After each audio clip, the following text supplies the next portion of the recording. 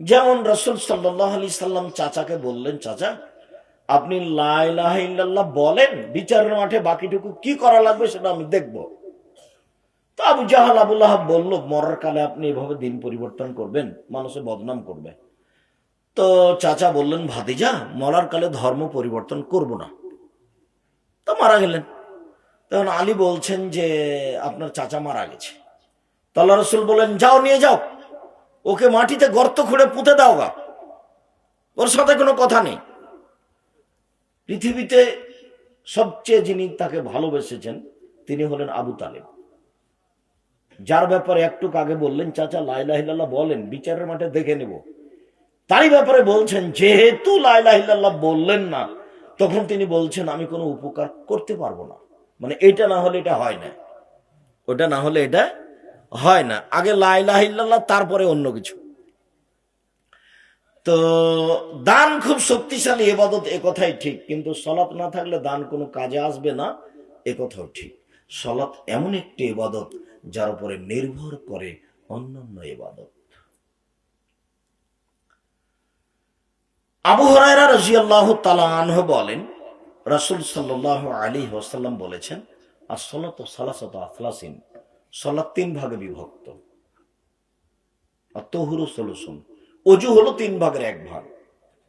যদি 2 রাকাত সালাত আদায় করে 300 নেকি পাই, আর যদি ওযুর ঠিক না হয় তাহলে 100 কাটা গেল।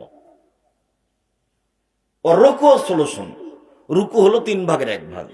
যদি 2 রাকাত সালাত আদায় করে আমি 300 নেকি পাই, তাতে যদি অজু ভালো না থাকে, রুকুও ভালো না থাকে, তাহলে আমার 200 নেকি কাটা গেল। অসজুদ সলুসুন, সিজদা হলো তিন ভাগের এক ভাগ। আমি 2 রাকাত সালাত আদায় করে যদি 300 নেকি পাই, এতে যদি অজু রুকু সিজদা একটাও ঠিক না হয়, তাহলে আমার এক নেকিও হবে না, কাজটা বৃথা যাবে, এই কথাই ঠিক। পরের বাক্যে তিনি বললেন, ফমানা দাহাবে এককাহা, যে ব্যক্তি সালাত ঠিক ঠিক আদায় করলো, অজু রুকু সিজদা, যে ব্যক্তি সালাত ঠিক ঠিক আদায় করলো, কবিলাত সালাতহু, তার সালাত কবুল করা হয়েছে। ও কবলা সায়ের আমালিহি, সব ইবাদত কবুল করা হয়েছে।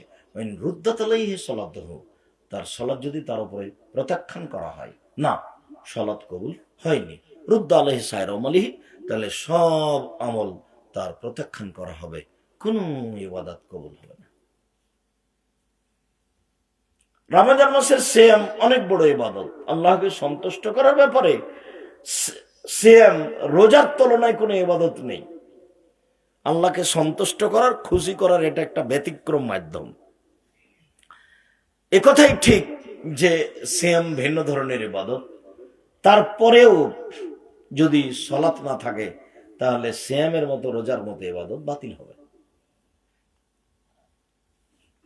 হজ অনেক বড় ইবাদত, আল্লাহ নবী বলছেন যার হজ কবুল হয়ে গেছে, সে হয়ে গেছে সেই দিনের মতো যেদিন তার মাতাকে জন্ম দিয়েছে, নিষ্পাপ হয়ে গেছে, তার নাম হজ। তো যদি সালাত না থাকে তাহলে এই ইবাদত বাতিল হবে, এ কথা মুহাম্মদ সাল্লাল্লাহু আলাইহি সাল্লাম বলেন। তিনি যা বলেন তাতে বোঝা যায় সালাত এমন একটি ইবাদত যার উপরে নির্ভর করে অন্যান্য ইবাদত। যদি সালাত কবুল হয় বাকি হবে, যদি সালাত কবুল না হয় তাহলে কোনো ইবাদত কবুল হবে না। উপস্থিত বৈঠকের দিনী মুসলিম ভাই বোন, যন্ত্রের মাধ্যমে দেশ বিদেশের যারা আমাদের সাথে আছেন, সকলকে আমরা জানাচ্ছি যে খুব সতর্ক সাবধান থাকুন। মানুষের জীবনে সবচেয়ে গুরুত্বপূর্ণ কাজ হলো সালাত। সালাতের চেয়ে মানুষের জীবনে আর কোন জরুরি কাজ আছে? অন্তত আমি আব্দুর রাজ্জাক বিন ইউসুফ কোরআন হাদিস দিয়ে তার বুঝতে পারি না।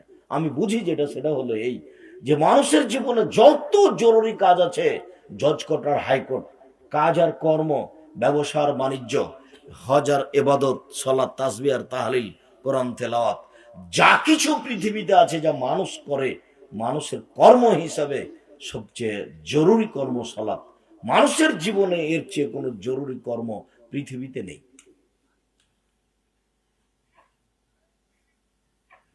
সম্মানিত দিনী ভাই বোন, সালাত ফরজ। আল্লাহ তাআলা বলেন, ফাকিমুস সালাতা ওয়া আতুজ যাকাতা, পৃথিবীর মানুষ সালাত আদায় করো, যাকাত প্রদান করো, ওয়া তাসিমু বিল্লাহ, আর আল্লাহকে শক্তভাবে ধরো, হুয়া মাওলাকুম, তিনি হচ্ছেন তোমাদের অভিভাবক, ফানিমাল মাওলা ওয়া নিমান নাসির, তিনি হচ্ছেন উত্তম অভিভাবক, তিনি হচ্ছেন উত্তম সাহায্যকারী।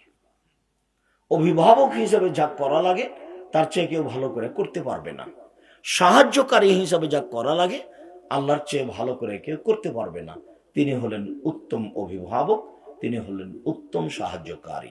পৃথিবীর মানুষ তোমরা সালাত আদায় করো, আদেশ।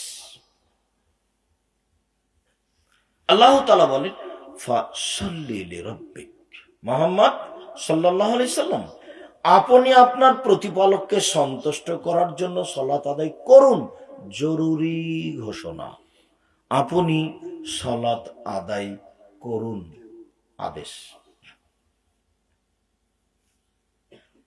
আল্লাহ তাআলা বলেন হাফিজু আলাস সালাওয়াত ওয়াস সালাতিল উস্তা, পৃথিবীর মানুষ 5 ওয়াক্ত সালাত আদায় ভালোভাবে করো, বিশেষভাবে আসরের সালাত। আসরের সালাতকে ভারত, বাংলাদেশ, পাকিস্তানের 95% জন মানুষ সূর্য ডুবার সময় পড়ে, একটু আগে, যেটা সময় নয়। ভারত, বাংলাদেশ, পাকিস্তানের 5 জন মানুষ আসরের সালাত ঠিক টাইমে পড়ার জন্য চেষ্টা করে। যদিচ এই 3 দেশের 98 জন মানুষ সালাতই আদায় করে না, বা 90 জন মানুষ সালাতই আদায় করে না। যারা করে তাদের অবস্থা এই। আল্লাহ তাআলা বলেন পৃথিবীর মানুষ তোমরা 5 ওয়াক্ত সালাত গুরুত্ব সহকারে সময় হিসাব করে আদায় করো, তবে আসরের সালাত বিশেষভাবে ভিন্ন প্রস্তুতিতে আদায় করো, সময় ঠিক হয় যেন, নিয়ম ঠিক হয় যেন। অত্র আয়াতগুলিতে আল্লাহ তাআলা সালাত আদায় করার জন্য আদেশ করেন। তিনি বলেন ফাকিমুস সালাত লিযিকরি, পৃথিবীর মানুষ আমাকে ডাকার জন্য সালাত আদায় করো। সালাতই একটা ইবাদত যার শুরু থেকে শেষ পর্যন্ত আল্লাহকে ডাকা হয়। ই অবাক ইবাদত, সেম একটা ইবাদত। মুখ বন্ধ করে আছেন, না খেয়ে, তার নামে ইবাদত। এটা একটা ইবাদত। ভোর রাত্রে খেয়েছেন, সূর্য ডুবলে খাবেন, এটা একটা ইবাদত, অন্য কিছু নাই এখানে। হজ করতে গেলেন, এই করলেন, সে করলেন, এই করলেন, এই করলেন, একটা ইবাদত, কিছু কর্ম। দান করলেন, টাকা দিয়ে দিলেন, এটা একটা ইবাদত। তো সালাত একটা ইবাদত, কিন্তু এর শুরু থেকে শেষ পর্যন্ত শুধুমাত্র আল্লাহকে ডাকা, একবারে শুরু থেকে শেষ পর্যন্ত। তো আল্লাহ তাআলা বলছেন ফাকিমুস সালাত লিযিকরি, আমাকে ডাকার জন্য সালাত আদায় করুন। সালাত আদায় করলে আমাকে ডাকা হয়। আয়াতগুলিতে বোঝা যাচ্ছিল যে সালাত ফরজ, যা তিনি আদায় করার জন্য আদেশ করেছেন। হাদিস আব্দুল্লাহ ইবনে ওমর রাদিয়াল্লাহু তাআলা আনহু বলেন রাসূল সাল্লাল্লাহু আলাইহি সাল্লাম বলেছেন বুনিয়াল ইসলাম আলা খামস, ইসলামের ভিত্তি হচ্ছে 5টা। 1, এই বলে সাক্ষ্য দেওয়া যে আল্লাহ ব্যতীত কোনো মাবুদ নেই, এই বলে সাক্ষ্য দেওয়া যে মুহাম্মদ আল্লাহর রাসূল। 2, ওয়া ইকামিস সালাত, সালাত আদায় করা। 3, ওয়া ইতাউজ যাকাত, যাকাত দেওয়া। 4, শমে রমজান, রমজান মাসের সিয়াম পালন করা। 5, হজ্জুল বাইত, বাইতুল্লাহর হজ করা। এ হলো 5টা ইসলামের ভিত্তি। যে কোনো একটা বাদ পড়লে ইসলাম ধর্মটা তার বাদ পড়ে যাবে। এটা ভিত্তি মানে খুঁটি, যার উপরে নির্ভর করে। একটা ভেঙে গেলে এটা পড়ে যাবে। তো তার একটা হলো সালাত, 2 নাম্বার। আল্লাহ তাআলা বলছেন, রাসূল সাল্লাল্লাহু আলাইহি সাল্লাম বলছেন সাল্লু খামসাকুম, পৃথিবীর মানুষ তোমরা 5 ওয়াক্ত সালাত আদায় করো। অসুমু সাহারাকুম, রমজান মাসে সিয়াম পালন করো। অদ্দু যাকাত আমওয়ালিকুম, সম্পদের জাকাত দাও। ও আতিউ আমরেকুম, দায়িত্বশীলকে মেনে চলো। তাদখুলুনা জান্নাতা রাব্বিকুম, তাহলে তোমরা তোমাদের প্রতিপালকের জান্নাতে প্রবেশ করতে পাবা। এটা করো, জান্নাতে চলে যাওয়া আদেশ। মুআয ইবনে জাবাল, জি, ইন্নাকা তাতি আহলা কিতাবিন, তুমি যাচ্ছ এমন ইহুদি খ্রিস্টানদের নিকট। ওরা হলো ইহুদি, ওরা হলো খ্রিস্টান। ওরাকে গিয়ে তুমি বলো যে তোমরা এ বলে সাক্ষী দাও আল্লাহ ছাড়া কোনো মাবুদ নেই, মুহাম্মদ আল্লাহ রাসূল। ফাইনুম হাতাউলে দালেক, তারা যদি এইটা মেনে নেয় তাহলে ফালেমুহুম, তুমি তাদের বলে দাও ইন্নাল্লাহ কাদ ফারাজা আলাইহিম খামসা সালাওয়াতিন ফিল ইয়াউমি ওয়াল লাইলা, 24 ঘন্টায় 5 ওয়াক্ত সালাত আদায় করতে হবে। এটা হলো দ্বিতীয় আদেশ। বিবরণগুলিতে বোঝা যাচ্ছিল সালাত আদায় করতে হবে, সালাত ফরজ। সূচনাতে বুঝেছি সালাত এমন একটি ইবাদত যার উপরে নির্ভর করে অন্য অন্য ইবাদত। সালাত আছে তো বাকি ইবাদত আছে, সালাত নেই তো কোনো ইবাদত নেই। পরে বুঝছিলাম যে সালাত ফরজ, আদায় করতেই হবে। মানে জি, অজু করে সালাত আদায় করতে হয়, পানি নেই তো তায়াম্মুম করে করতে হবে। মাটিও নেই, পানিও নেই, মাটিও নেই, এমনিতেই সালাত আদায় করতে হবে। কাপড় পরে সালাত আদায় করতে হয়, তো কাপড় নেই, পবিত্র কাপড় নেই, তো অপবিত্র কাপড় যাতে পেশাব পায়খানা লেগে আছে ওটা পরেই পড়তে হবে। বলছে যে পবিত্র অপবিত্র কিছুই নেই, উলঙ্গ অবস্থায় আছে। নদী পার হচ্ছিল, নৌকা ডুবে গেছে, সাঁতার দিয়ে পার হয়েছে, কাপড় খুলে গেছে, নগ্ন অবস্থায় আছে, সালাতের টাইম হয়ে গেছে, বলে উলঙ্গ অবস্থাতেই সালাত আদায় করতে হবে। সালাত আদায় করতেই হবে। কেবলার দিকে মুখ করে সালাত আদায় করতে হয়, কেবলা বোঝা যায় না, এমনিতেই পড়তে হবে। দাঁড়িয়ে সালাত আদায় করতে হয়, দাঁড়িয়ে থাকা যায় না, বসে থেকে সালাত আদায় করতে হবে। বসে থাকা যায় না, শুয়ে থেকে সালাত আদায় করতে হবে।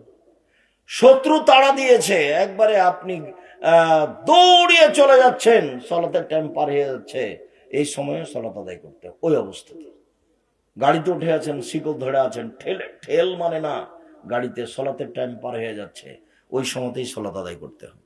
এই ব্যতিক্রম ইবাদত, এমন শক্ত ইবাদত আর কোন ইবাদত এরকম নেই। হজ ফরজ হয়েছে, হ্যাঁ এবছর যান না, সামনে বছর যান, যান তো হলো। সিয়াম পালন করতে হবে, তা আপনি অসুস্থ হলে ভালো হবেন তখন করিয়েন। আর এক অবাক ইবাদত, আপনি অসুখে আছেন না বিসুখে আছেন না, ভালো না মন্দ না, পানির ওপরে না মাটির ওপরে না, আকাশে না, কোথায় আছেন কোনো হিসাবই নাই। আপনার কাপড় পবিত্র তো না অপবিত্র, আপনার পরনে কাপড় আছে কি না কোনো হিসাবই নাই। মানে সময় হলে পড়তেই হবে, এমন কোনো পৃথিবীতে পরিস্থিতি নেই, সেটা আকাশে হোক আর পানিতে হোক আর মাটিতে হোক, যেখানে হোক না কেন, সময় হলে তাকে সালাত আদায় করতেই হবে।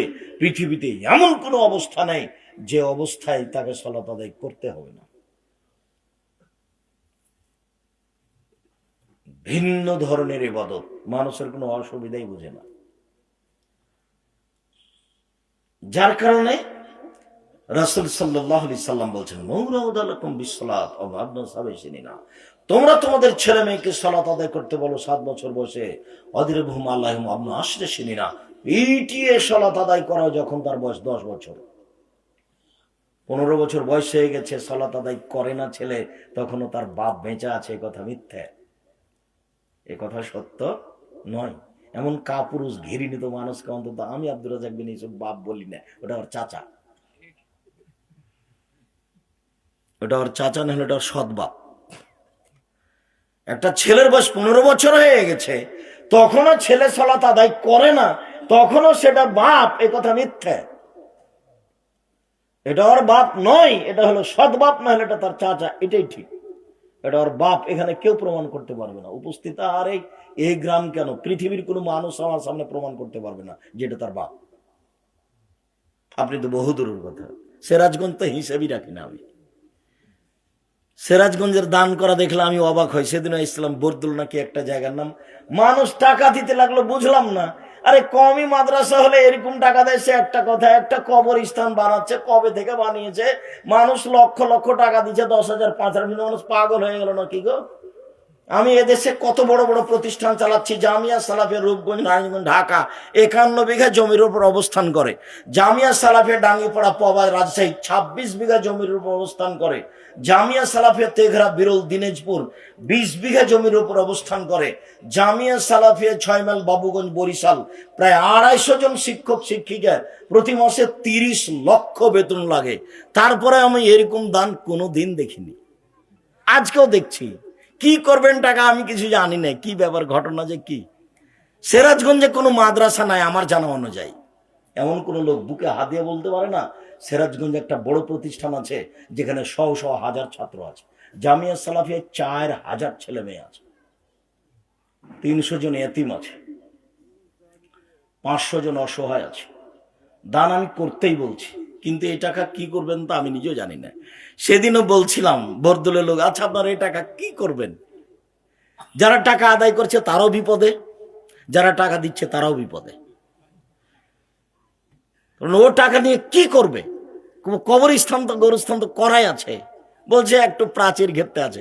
আমি বললাম যে প্রাচীরটা আমি করে দেবো, টাকা থাকা আদায় করি না, দিয়ে বন্ধ করছে। বলে বন্ধই করা যায় না।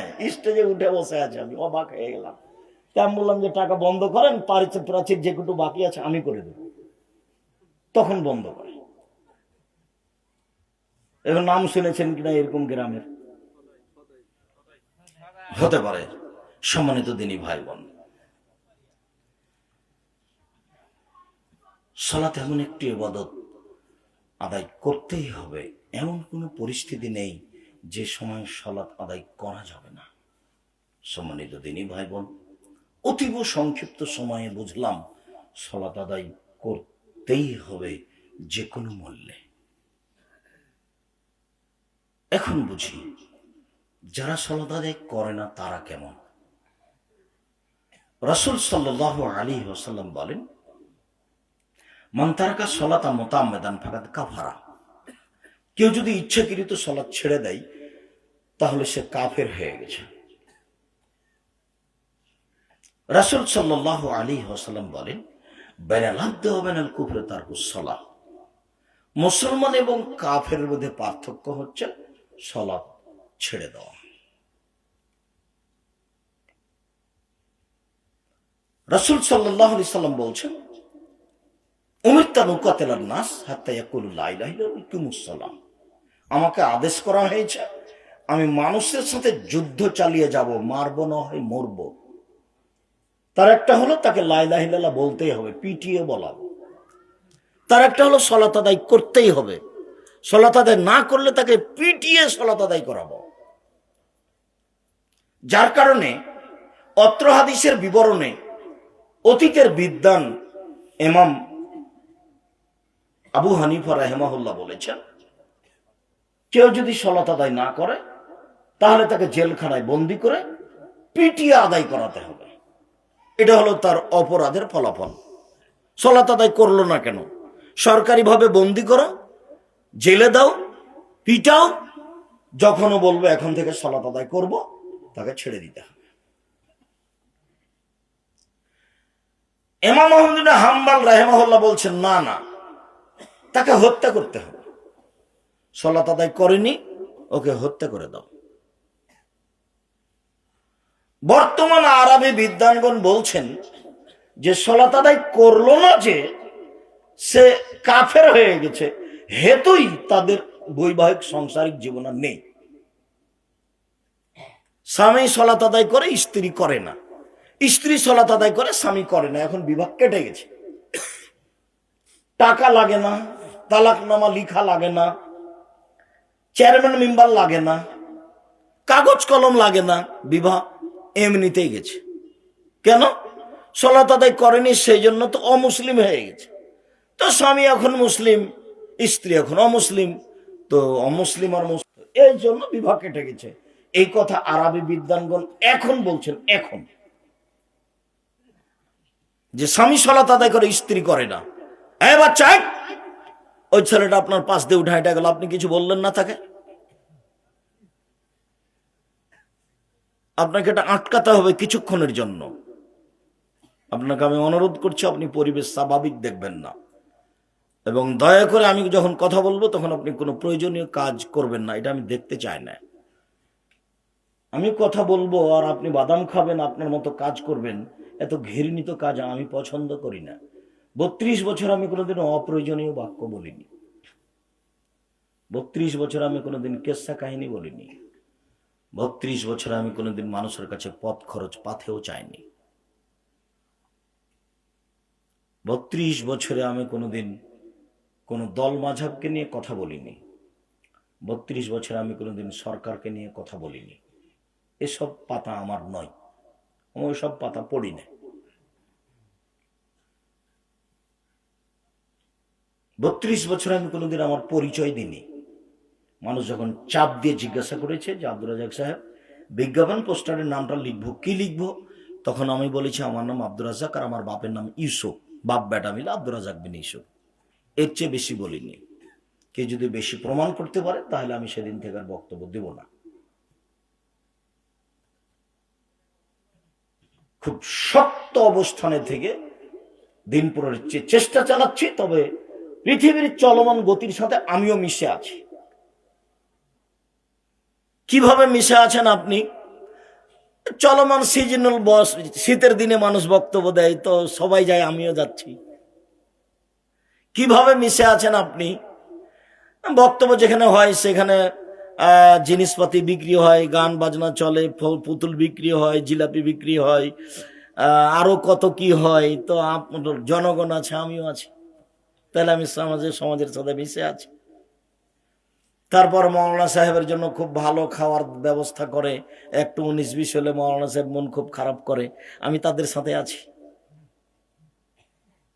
তারপর টাকা দেওয়া হয়, কমলে মন খারাপ করে, বলে লাঠি ফাইল করব, আরো কত কি, তা আমি তাদের সাথে আছি। আমি না বললেও ওদের সাথে তো চলছি ফিরছি। আমি জানি না বিচারের মাঠে আমার কি হবে, তবে আমার সন্দেহ হয় যে বিচারের মাঠে ভালোভাবে পাশ করতে পারবো এমনটা আমার মনে হয় না। তবে আমার অন্তরে যেটা ধাক্কা খায় সেটা আবার আমি সান্ত্বনা দিতে পারি যে আমার কথা শুনে মানুষ যে আমল করে এটাতে আমি বিশ্বাসী। ওই আমলের কারণে ও জানে কি পেয়েছে, আমিও পাবো, ওইটা দিয়ে যদি পার হতে পারি। পরিস্থিতির সাথে আমি ভেসে আছি, যদিও পরিস্থিতিকে আমি ঠেকানোর চেষ্টা করেছি। আমি মুখে বলতে এবং কলমে লিখতে কম করিনি। তারপরে আমার সন্দেহের অভাব নেই যে বিচারের মাঠে টিকা যাবে কিভাবে, তা আমার ভালোভাবে বুঝে আসে না। রাসূল সাল্লাল্লাহু আলাইহি সাল্লাম বলছেন লাইদের মাই ফলবি, বিচারের মাঠে আমার সাথে কিরূপ আচরণ করা হবে তা আমি মুহাম্মদ সাল্লাল্লাহু আলাইহি সাল্লাম বলতে পারছি না। সারা পৃথিবীর সবচেয়ে দামি মানুষ মুহাম্মদ সাল্লাল্লাহু আলাইহি সাল্লাম। জান্নাতের গেটে লেখা আছে সর্বপ্রথমে যিনি জান্নাতে প্রবেশ করবেন তিনি হলেন মুহাম্মদ সাল্লাল্লাহু আলাইহি সাল্লাম। তিনি আরো বলেন বিচারের মাঠে আল্লাহ আমাকে এককভাবে বলবেন সালমা শেতা, মাথা উঠান, বলেন যা বলবেন তাই মেনে নিব। বলেন মাথা উঠান, বলেন আপনি যা বলবেন তাই মেনে নিব। এত বড় মানুষ বলছেন বিচারের মাঠে আমার সাথে যে কিরূপ আচরণ হবে তা আমি বলতে পারছি না। যেভাবে দিন প্রচার করলাম, জাতিকে দিনের ব্যাপারে ফাঁকি দিনি। জাতির যদি রাস্তাঘাট করে দিতে না পারি, জাতির যদি স্কুল কলেজ করে দিতে না পারি, জাতিকে চূড়ান্ত সঠিক ধর্ম দিতে পারবো ইনশাআল্লাহ। ধর্মের ব্যাপারে জাতিকে ফাঁকি দিয়ে পরকাল হারাতে রাজি নই। দৃঢ়তা খুব কাজ করে, সরিষা সম পরিমাণ ধর্মের ব্যাপারে জাতিকে ফাঁকি দিনি। অহেতুক অপ্রয়োজনে মিথ্যা হাদিস জাতির সামনে পেশ করিনি। প্রায় দেশের মাটিতে 3 লক্ষ মানুষের বানানো হাদিস আছে, প্রায় 3 লক্ষ। আমার বাসায় আছে 10,000, টাকার গায়ে লেখা আছে চাহিবা মাত্র দিতে বাধ্য থাকিবে। আমি এই 10,000 হাদিস চাহিবা মাত্র দিতে বাধ্য থাকিব। মানুষের বানানো হাদিস, ধর্ম চলছে এভাবে। ফাজাইল আমল বইয়ে লেখা আছে আদম আলাইহিস সালাম ভারত থেকে হজ করতে গেছেন 60,000 বার। তাহলে 60,000 বছর বয়স হতে হবে, নাহলে 60,000 বার হজ করতে যাবেন কিভাবে? ওই বই লেখা আছে এমন ভাবে জিকির করতে হবে মানুষ যেন বলে পাগল। তো পাগল হয়ে গেল, ও কি বলছে, ও কি বুঝবে? আল্লাহ নবী বলছেন যে একটু তন্দ্রা তন্দ্রা ভাব লাগে তাহলে সালাত আদায় করিও না, কেন? তন্দ্রা তন্দ্রা ভাব লাগলে তুমি যে কি বলছো তুমি তো বুঝতে পারো না, তাহলে ঘুমিয়ে যাও, যখন তোমার শরীরটা ঠিক হবে তখন তুমি সালাত আদায় করিও। বলছি এমন জিকির করো মানুষ যেন বলে পাগল। মোহাম্মদ সাল্লাল্লাহু আলাইহি সাল্লাম যেখানে শুয়ে আছেন ওই কবরটা বলে আরশের চেয়ে দামি, মানে একেবারে যে উল্টা কথা। কেমনে এভাবে ধর্মের কথা হয়? এরকম কথা যখন আমি দেখি, আপনি বক্তা শ্রোতার পরিচয় বই দেখেন, 40টা না কতটি হাদিস জাল দেওয়া আছে। তার মধ্যে আপনারা যে ম্যাট্রিক পরীক্ষা দিতে গিয়ে মুখস্থ করেছিলেন হুব্বুল ওয়াতান মিনাল ঈমান, দেশকে ভালোবাসা ঈমানের রং, এটা মিথ্যা কথা। উতলুল ইলম ওয়াল কানাবি, শিক্ষার জন্য যদি চীন যেতে হয় তো বোঝানো মিথ্যা কথা। গাছ লাগাও, পরিবেশ বাঁচাও, দেশ বাঁচাও, এগুলো মিথ্যা কথা।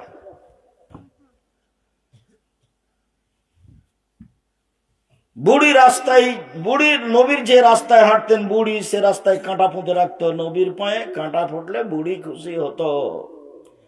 একদিন দেখলেন রাস্তায় কাঁটা নাই, নবী ভাবলেন বুড়ির কিছু হয়েছে, বুড়িকে দেখতে গেলেন, বুড়ি ঠিকই অসুস্থ, বুড়ির পরিচর্যা করলেন, বুড়ি ভালো হয়ে গেল। এবার নগদ মিথ্যা কথা। আল্লাহ রসুল ঈদের মাঠে গেলেন, দেখলেন একটা এতিম ছেলে কাঁদে। ও ছেলে তুমি কাঁদো কেন? আমি এতিম। তা আল্লাহ রসুল তাকে কোলে নিয়ে বলেন আমি এতিম ছিলাম। কোলে নিয়ে আয়েশাকে দিলেন, আয়েশা ছেলেকে নতুন পোশাক পরালো, ছেলে খুশি হয়ে গেল। আয়েশার বাড়িতে ভিক্ষাই জুটে না, আবার নতুন পোশাক মানে? কত বুখারী মুসলিমের আপনি হাদিস ভিক্ষাই নাই বাড়িতে, ভিক্ষাই নাই। ফকিরকে একটা খেজুর দিবে, তার কোনো ভিক্ষা নেই। পানির ব্যবস্থা, একটা খাওয়ার ব্যবস্থা করবে, পুরো বাড়ি তল্লাশি চালাচ্ছেন। বুখারী মুসলিমের হাদিস। আয়েশা রাদিয়াল্লাহু তাআলা এক টুকরা খাওয়ার মানুষকে দিতে পারবেন, মেহমানকে কোনো পথ ছিল না, মেহমান ফিরিয়ে দিয়েছেন। হাদিস বুখারী মুসলিম। সেখানে ওই কথা, ওই ঈদের মাঠে একটা ছেলে কাঁদছে, একবারে নগদ মিথ্যা কথা। কত মিথ্যা আছে। মৌলানা সাহেবের বক্তব্য শুনলে আমাকে অবাক হতে হয়। তখন মনে হয় এগুলো মনে হয় পুঁথির গান, এগুলো পুঁথির বইয়ের গান। কি ফাতেমা খান দিয়া কয় আজ বুঝি হুসাইন কারবালাতে শহীদ হয়, ফাতেমা খান দিয়া কয় আজ বুঝি হুসাইন কারবালাতে শহীদ হয়। যেদিন হুসাইন শহীদ হচ্ছেন সেই দিনের 49 বছর আগে ফাতেমা মারা গেছে। তো যেই মহিলা 49 বছর আগে মারা গেছেন তিনি কাঁদবেন কি করে? এটা হয় কি করে? ঠিক এইসব পুঁথির বইয়ের গান, এগুলো পুঁথির বইয়ের বক্তব্য, এগুলো বক্তব্য নয়। 6 মাসের রাস্তা মর্দ 6 দিনে গেল, ঘোড়ায় চড়িয়া মর্দ হাঁটিয়া চলিল। 6 মাসের রাস্তা কয় দিনে গেল? 6 দিন। 6 মাসের রাস্তা। আমার এক চাচাতো চাচা এগুলো পড়তো। এগুলো হলো বক্তব্য। জাতিকে বলে গেলাম মিথ্যা ধর্ম আছে, তবে জাতির পূর্ণ উপকার করতে পারিনি দীর্ঘ 32 বছরে। সম্মানিত দিনী ভাই বোন, বলছিলাম সালাত আদায় না করলে তার সাথে জিহাদ করতে হবে এবং তাকে হত্যা করতে হবে। এই কথা ইমাম আহমদ ইবনে হাম্বল বলেন। ইমাম আবু হানিফা রাহিমাহুল্লাহ বলেন জেলখানায় বন্দি করে পিটিয়ে সালাত আদায় করাতে হবে। বর্তমান বিদ্বানগণ বলছেন ও কাফের হয়ে গেছে, স্বামী স্ত্রী সংসার বিচ্ছিন্ন হয়ে গেছে। আব্দুর রাজ্জাক সাহেব আপনারা কি বলছেন? আমরা বলছি এমত অবস্থায় স্বামী মহাপাপী, এমত অবস্থায় স্ত্রী মহাপাপী। সামাজিকভাবে জোর করে বাধ্য করে প্রয়োজনে পিটিয়ে সালাত আদায় করাতে হবে, এই কথাই ঠিক। আরবি বিদ্বানগণ আরো এক ধাপ আগিয়ে বলেছে যে এ লোকটা যদি মারা যায় তাহলে একে মুসলমানের কবরস্থানে কবর দিতে হবে না, একে ফেলে দিতে হবে শ্মশান ঘাটে। এই কথাও লেখা আছে। তো যারা সালাত আদায় করে না তাদের অবস্থায় এখন আমাদের অবস্থা, যারা আমরা সামনে বসে আছি, আমরা এখানে শতকরা 20-25 জন পড়ি, 10 জন পড়ি, বাকি এমনি আছি। আর ওইটা মনে রাখবেন, 15 বছরের ছেলে সালাত আদায় করে না তখন তার বাপ বেঁচে আছে, কথা সত্য নয়। আমি বলে গেলাম এটাই সত্য যে ওটা ওর চাচা, এটা ওর সৎ বাপ। জমি ভাগ করে দিতে পারেন ঠিকই, সকালে বেগুন বিক্রি করে এসেছে, সবাই বিক্রি করেছে 20 টাকা কেজি, আপনার ছেলে বিক্রি করেছে 15 টাকা কেজি। সারা দিন খেপে আছে না, তো দাঁত ভেঙে দিল। তোকে সকালে যেতে বললাম, তাড়াতাড়ি গেলি না, এই 20 টাকার বেগুন 15 টাকা বিক্রি করলি, তো সারাদিন তো আপনি ছেলের উপরে খুবই ক্ষেপে আছেন, কথা মনে হয় আপনি বুঝতে পারছেন না। তো বাপ তো আপনি ঠিকই আছেন, এই যে বোঝা যাচ্ছে যে আপনি বাপ। এই যে বেগুন 15 টাকা কেজি বিক্রি করে এসেছে, আসলে বাজারে কত টাকা ছিল? সকালে 20 টাকা ছিল। একদিন ব্যবসা করতে গিয়ে ভুল করে এসেছে, তাই 1 মাস যাবত তোকে বলছে, তোকে আমি জিনিস দিয়ে পাঠালাম, তুই টাকা হারিয়ে আসলি, তোকে কি করব, তোকে বাড়ি থেকে বের করে দেবো। বাপ তো ঠিকই আছে। তাহলে এ বাপ আসলে বাপ নয়, এ হলো স্বার্থপর, এ হলো দত্তরাজ, এ হলো স্বার্থপর। এই বাপ দিয়ে কিছু হবে না। ভুল বলেছে, জন্ম দিতে পারলে বাপ হওয়া যায় না, ক্ষমতার নাম বাপ। বাপে বিবাহ দিয়েছে, বউ এসেছে বাড়িতে, বউয়ের কাছে গেছে, তাই সন্তান হয়ে গেছে, বুঝতে পারেনি বাপ কাকে বলে। বাপ মানে ক্ষমতা। রাসূল সাল্লাল্লাহু আলাইহি সাল্লাম বলছেন, ইয়া মাশার শাবাব মান ইসতাতা মিনকুমুল বাত ফালিয়াতাজাওয়াজ। এই যুবক দল শোনো, যারা সংসার কন্ট্রোল করতে পারবে, বউকে কন্ট্রোল করতে পারবে, তারা বিবাহ করবে। যারা বউকে কন্ট্রোল করতে পারবে না, পরিবার কন্ট্রোল করতে পারবে না, তারা রোজা থাকবে। রোজা থেকে থেকে যৌবনকে ধ্বংস করবে। এই আদেশ মুহাম্মদ সাল্লাল্লাহু আলাইহি সাল্লাম করেন।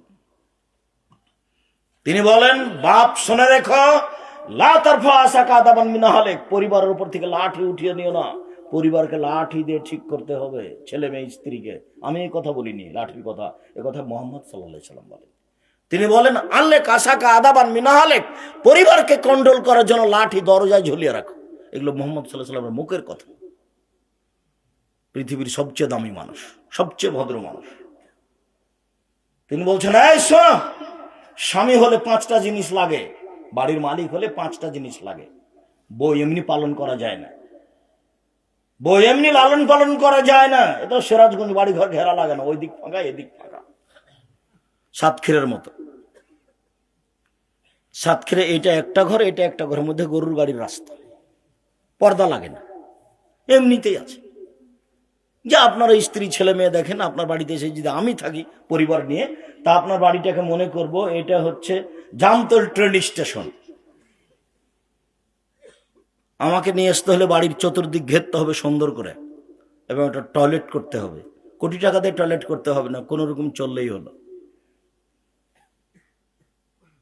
তখন আপনি স্বামী। স্বামী হলে 5টা জিনিস লাগে। 1, আতেম মাতা এমতা, যেমানের খাচ্ছ বউ ছেলে মেয়েকে সেমানের খাওয়াবা। 2, ফাঁকশো মাত্তা সাইতা, যেমানের কাপড় পরো বউকে ছেলে মেয়েকে সেমানের পরাবা। 3, ওলা তুকাব্বে, বউকে কটু কথা বলবো না, বউকে গালি দিতে হয় না, স্ত্রীকে মারতে হয় না, গালি দিতে হয় না। ও হলো তৃপ্তির বস্তু, ও হলো শান্তির বস্তু, ও খুব আদরের বই, এত আদরের বই, এত আদরের বই, এত আদরের। হচ্ছে সোনাতলা হাটের বগুড়া সোনাতলা হাটের আদরের মালসা। ওকে আদর করতে হয়, ওকে গালি দিতে হয় না, মারতে হয় না। গালি দিলে মারলে এই তৃপ্তি ভেঙে যাবে। কোটি টাকা দিয়ে বাড়ি করেন, বউ ছাড়া তৃপ্তি হবে না। খুব ভালো দামি খাট তৈরি করেছেন, মখমল চাদর বিছানো আছে, কোনো তৃপ্তি নেই বউ ছাড়া। বউ একটা ভিন্ন জিনিস, আল্লাহর পক্ষ থেকে এটা ব্যতিক্রম নিয়ামত। তার জন্য আল্লাহ রাসূল বলছেন মারবেন না। বললেন না তো এই কথা, আবার দেখেন 4 নম্বরে বলছেন যে মারো, তবে মুখের উপরে মারো না। দেখেন কথা আবার ধরলেন। আগে বললেন যে কটু কথা বলবো না, পরের বাক্যে কি বলছেন? মারলে মুখের উপরে মারবো না। তাহলে মারা লাগবে, ওই যে কয়েকটা হাদিস চলে গেল। এবার ওলা তাতর খাইলে ফিল বাইতে, তুমি তোমার স্ত্রীকে তোমার বাড়ি ছাড়া কোথাও যেতে দিও না। খালার বাড়ি যেতে পারে না, ফুফুর বাড়ি যেতে পারে না, মায়ের বাড়ি যেতে পারে না। জরুরি দুর্ঘটনা ছাড়া আপনার স্ত্রী বাড়ি থেকে বের হতে পারে না, তার নাম স্বামী। আপনার স্ত্রী যদি এই বাড়ি ওই বাড়ি সেই বাড়ি বড়ে বেড়ায়, তাহলে আপনি একটা কাপুরুষ, ঘৃণিত পুরুষ, আপনার কোনো দামই নাই, আপনি একটা ভ্যালুলেস মানুষ, আপনি এমনি একটা অহেতুক মানুষ, গরু ছাগলের মতো, পশু প্রাণীর মতো। পশু প্রাণী থাকে, খায়, গরু ছাগল, কোনো সমস্যা হয় না। আপনি আর আপনার স্ত্রী থাকছেন, খাচ্ছেন, এই বাড়ি ওই বাড়ি ঘুরছেন, গরু ছাগলের মতো। আল্লাহ তাআলা বলছেন, বুঝেও বুঝে না ওরা, অন্তর আছে বুঝে না, দেখেও দেখে না ওরা, চক্ষু আছে দেখে না, শোনেও শোনে না ওরা, কান আছে শোনে না। উলায়েকা কাল আনাম, তারা পশু প্রাণীর মতো, তারা গরু ছাগলের মতো, তারা কুকুর শ্রেণীর মতো, বালহুম আযাল, বরং তার চেয়ে খারাপ। আপনার পরিবার, আপনি আর আপনার স্ত্রী, আপনার ছেলে মেয়ে গরু ছাগলের মতো, কুকুর শ্রেণীর মতো। খারাপ লাগলে আসে যায় না। রাসূল সাল্লাল্লাহু আলাইহি ওয়াসাল্লামের পদ্ধতিতে আসতে হবে, না হলে বলতে হবে আমি কুকুর শ্রেণীর মতো বসবাস করি, এটা বলতে হবে। বউ এ বাড়ি ও বাড়ি যায় মানে যে না আপনি স্বামী নন। আল্লাহ রসুল বলছেন স্বামী হলে 5টা জিনিস লাগে, মনে থাকবে না মনে হয়। শেষ নম্বরে আছে চোখ যেভাবে ঘুরে বউ সেভাবেই চলে, তার নাম ক্ষমতা। স্ত্রী আপনার বাড়িতে এসেছে, ওর বাপ বিবাহ দিয়েছে, স্বামীর কাছে গেছে, তাই বাচ্চা হয়ে গেছে, ও জানে না মা কাকে বলে। পাগলিও বাচ্চা প্রসব করাতে পারে, পাগলিও বাচ্চাকে দুধ খাওয়াতে পারে। তো বাচ্চা প্রসব করা আর বাচ্চাকে দুধ খাওয়ার নাম মা নয়। মা হচ্ছে, আল্লাহ রসুল বলছেন, পাহারাদার। মা হচ্ছে পাহারাদার। ছেলে মেয়ে 19-20 কিছু করতে পারবে না, যদি করে তাহলে মা নেই। মায়ের সামনে যদি ছেলে টাকানোর নিচে প্যান্ট পরে থাকে, ওটা মা নয়, এটা হলো খালা, ওটা সৎ মা। মায়ের সামনে যদি ছেলে দাড়ি চাঁচে, তাহলে ওটা মা নয়। মায়ের সামনে যদি মেয়ে মাথায় কাপড় না দেয়, এই যে এখন আপনার মেয়ে ক্লাস 10-এ পড়ে, আপনার স্ত্রীও আছে, আপনার পাশে বসে আছে যে পিছনে, একবারে মেয়ে ক্লাস 10-এ পড়ে, পাঞ্জার পাঞ্জার চুল, মাথায় কাপড় নাই, এমনিতে আছে। আপনার স্ত্রী ছোট ব্লাউজ পরে আছে, পেট পিট সবাই দেখতে পায়, আপনি একটা কা পুরুষ, আপনি একটা ঘৃণিত পুরুষ, আপনি পুরুষই নন। আপনি নিজে পরিবারটাকে কবর দিয়েছেন, জাহান্নামের পথ খুলে ধরেছেন। তাহাজ্জুদ পড়ে জান্নাত কিনা যাবে না। 3 শ্রেণীর মানুষ জান্নাতে যাবে না। 1, মদমিনুল খামর, যারা নিয়মিত বিড়ি তামাক জর্দা সিগারেট গুল নেশাদার দ্রব্য খায় পান করে, তারা জান্নাতে যাবে না। 2, রাজলাত মিনান নিসায়ে, পুরুষের বেশধারী নারী, যারা পুরুষের জুতা স্যান্ডেল পরে, যারা পুরুষের শার্ট প্যান্ট পরে, যারা পুরুষের গেঞ্জি গায়ে দিয়ে চলে, তারা জান্নাতে যাবে না। 3, আপনি। আমি কিভাবে? কেন আপনি তো কিভাবে? আল্লাহ রসুল বলছেন না, দায়ুস আলী কিরুফি আলাইল খাবাসা, দায়ুস জাহান্নামে যাবে যার বাড়িতে বেহায়াই আছে। যার স্ত্রী পর্দা করে না সেই দায়ুস, যার মেয়ে নগ্ন পোশাক স্কুল কলেজে যায় সেই দায়ুস। এখন আপনি কিনা আপনি দেখেন, আমি তো কথা বলিনি, কথা তো মোহাম্মদ সাল্লাল্লাহু আলাইহি ওয়াসাল্লাম বলছেন। আমি অনুবাদক, আমি অনুবাদকের জন্য জাতিকে চ্যালেঞ্জ করেছি। তবে আমি মানুষ, আমি যে অনুবাদ করছি সেটা মানুষ তলিয়ে দেখতে পারে। যদি কোনো জায়গাতে ভুল থাকে তাহলে জাতির কাছে ক্ষমা চাইব, যে আমার ধর্ম বলতে ভুল হয়ে গেছে। তবে 32 বছরে এরকম কোনোদিন হয়নি। সম্মানিত দিনী ভাই বোন, যারা সালাত আদায় করে কিন্তু রাসূলের পদ্ধতিতে করে না, তারা কেমন? ফাওয়াইলুল লিল মুসাল্লিন আল্লাযীনা হুম সালাতিহিম সাহুন, যারা অমনোযোগ সহকারে সালাত আদায় করে, তারা ওয়াইল নামক জাহান্নামে যাবে সুনিশ্চিত। ঠিক মতন করে না, এজন্য জাহান্নামে যাবে। এটা আল্লাহ বলছেন। আল্লাহ রাসূল বলছেন, মাল্লাম ইউহাফিজ আলাইহা, যেই ঠিক ঠিক সালাত আদায় করলো না, লাম তাকুল্লাহু নূরান ওয়ালা বুরহানান ওয়ালা নাজাতান ইয়াউমাল কিয়ামা, বিচারের মাঠে সালাত তার জন্য দলিল হবে না, বিচারের মাঠে তার জন্য আলো হবে না, বিচারের মাঠে সালাত তার কোনো উপকার করতে পারবে না। বাল ইয়াকুনু ইয়াউমাল কিয়ামা মা কারুনা ফিরআউন হামান, বরং সালাত আদায় করার পরেও সে বিচারের মাঠে হবে ফেরাউনের সাথে, হামানের সাথে, কারুনের সাথে। আল্লাহ নবী উল্লেখ করছেন, পৃথিবীর সবচেয়ে বড় বদ মানুষ যারা আল্লাহকে অস্বীকার করেছে, আর তার মধ্যে একজন যারা আল্লাহকে অস্বীকার করেছে, Charles Darwin, Hume, Hegel, Lenin, Karl Marx, Engels, আব্রাহা, আবুল আহাব, আবু জাহাল, দাকিয়ানুস, ডিকেটিস, সক্রেটিস, নমরুদ, ফেরাউন, সাদ্দাদ, কারণ, এরা অনেকে আল্লাহকে অস্বীকার করেছে। আর আল্লাহর নবী বলছেন সালাত আদায় করলো কিন্তু ঠিক মতো করলো না, এ ফেরাউনের সাথে থাকবে। এর চেয়ে আর দুঃখজনক কিছু আছে কথা? সালাত আদায় করেছে কিন্তু ঠিক মতো করেনি। একটা লোক মসজিদে ঢুকে 2 রাকাত সালাত আদায় করে আল্লাহ রাসূলকে সালাম দিল। তখন আল্লাহ রাসূল বলেন, এ সাল্লি ফাইন্নাকালাম তুসাল্লি, সালাত আদায় করো, তুমি করোনি। লোকটা আবার 2 রাকাত সালাত আদায় করে রাসূলকে সালাম দিল। আল্লাহ রাসূল বলেন, এ সাল্লি ফাইন্নাকালাম তুসাল্লি, সালাত আদায় করো, তুমি সালাত আদায় করোনি। লোকটি আবার 2 রাকাত সালাত আদায় করে আল্লাহ রাসূলকে সালাম দিল। আল্লাহ রাসূল বলেন, সাল্লি ফাইন্নাকালাম তুসাল্লি, এই সালাত আদায় করো, তুমি সালাত আদায় করোনি। তখন লোকটি বলছে, আল্লিমনি কাইফা উসাল্লি, কিভাবে সালাত আদায় করতে হবে আমাকে বলে দেন। লোকটা তো সালাত আদায় করলো, একবার নয় 3-3 বার করলো। আল্লাহ রাসূল যদি একটু এভাবে বলতেন, হ্যাঁ সালাত আদায় করেছো, তবে এটা খুব একটা সুন্দর হয়নি, এই কথাটা বললেন না। একেবারে একেবারে সরাসরি নাকচ করে দিলেন। এর মুখামুখি মসজিদে নববীতে, এর মুখামুখি, তুমি সালাত আদায় করনি, করো। লোকটা কয়বার সালাত আদায় করেছে? 3 বার। ভুল ছিল কোথায়? রুকু আর সিজদায়। তাহলে এবার পূর্বের হাদিসটা বলি, যখন সূচনায় বলেছিলাম যে 2 রাকাত সালাত আদায় করলে কত নেকি পাবো? 300। একটা কথার কথা। তো যদি অজু ভুল হয় 100 কাটা গেল, যদি রুকু ভুল হয় কাটা গেল, যদি সিজদা ঠিক না হয় তাহলে 100 কাটা গেল, 3টেই কাটা গেল। ঘটনা এখানে তাই আছে। তাহলে এখন আব্দুর রাজ্জাক সাহেব, আমাদের যারা মসজিদে ঢুকে খালি সিজদায় মারি জোরে, আর রুকু থেকে উঠে নি ভালো হবে, তার আগে চলে গেছে সিজদায়। এবাদত কম করেন, রাসূলের পদ্ধতিতে করেন, ইহকালও টিকবে, পরকালও টিকবে। আর এইভাবে সালাম দিয়ে একবার মুখে চুমা করে, বুকে হাত দিয়ে, কপালে হাত দিয়ে, এভাবে ধর্ম নয়। এরকম ভালোবাসার নাম ধর্ম নয়। আসসালামু আলাইকুম, হাতে হাত মিলিয়ে হাত দুটা পৃথক হয়ে যাবে, দুইজনের পাপ ক্ষমা হয়ে যাবে। করোনা ভাইরাস, সামনে কেউ যাবে না। এখন ব্যাংকে ঢোকে দেখছি ম্যানেজার সামনে চেয়ার রাখেননি। কি খবর ম্যানেজার সাহেব, সামনে চেয়ার নেই যে? ভাই ওই জন্য কিছু আর বলিয়ে নয়, দূরে বসেন আপনি। আমি আব্দুর রাজ্জাক বিন ইউসুফ করোনাকে কোনোদিন সরিষার সম পরিমাণ দাম দিনি, জীবনে কোনোদিন দেব না।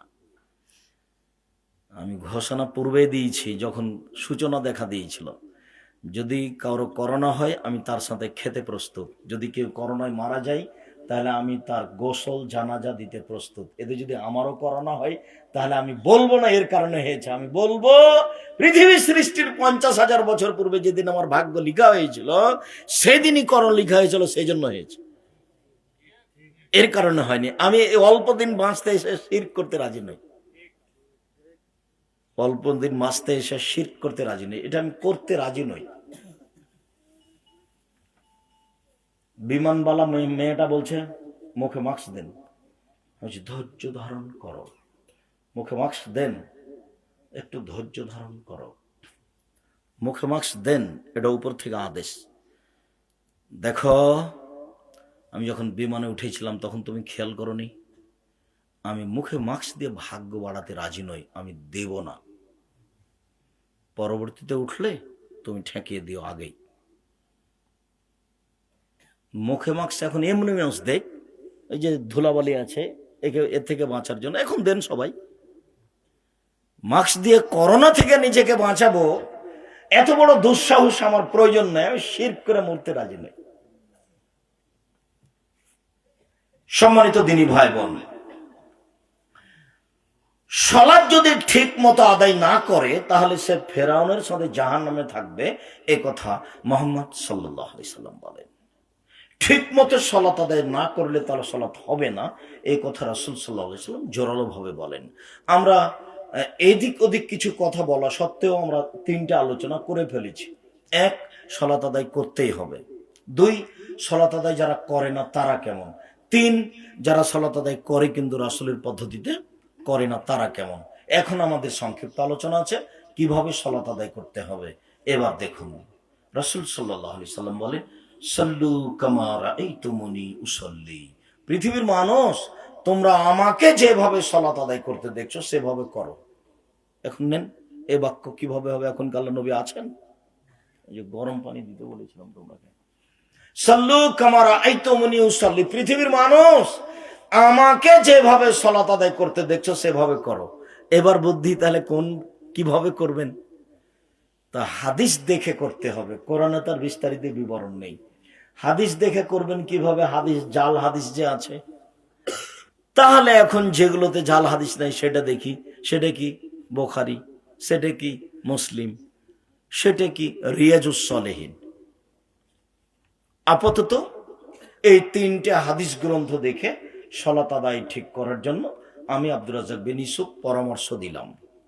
যদি অতিরিক্ত বই লিখা বই মনে করেন, তাহলে যাদের বই সঠিক আছে তার মধ্যে আমারও একটা আছে, সেটা হলো না, সালাতুর রাসূল, প্রচলিত সালাত বনাম রাসূল সাল্লাল্লাহু আলাইহি সাল্লামের সালাত, আব্দুর রাজ্জাক বিন ইউসুফ। আমরা চেষ্টা করেছি অগ্রহণীয় হাদিস পেশ না করার, এটা দেখুন কিভাবে বাস্তবায়নে বাস্তব লেখা আছে, সেটা দেখে পড়ুন। আমি এটা পরে বলছি, আগেরটা আপনি বুখারী দেখে ঠিক করে নেন।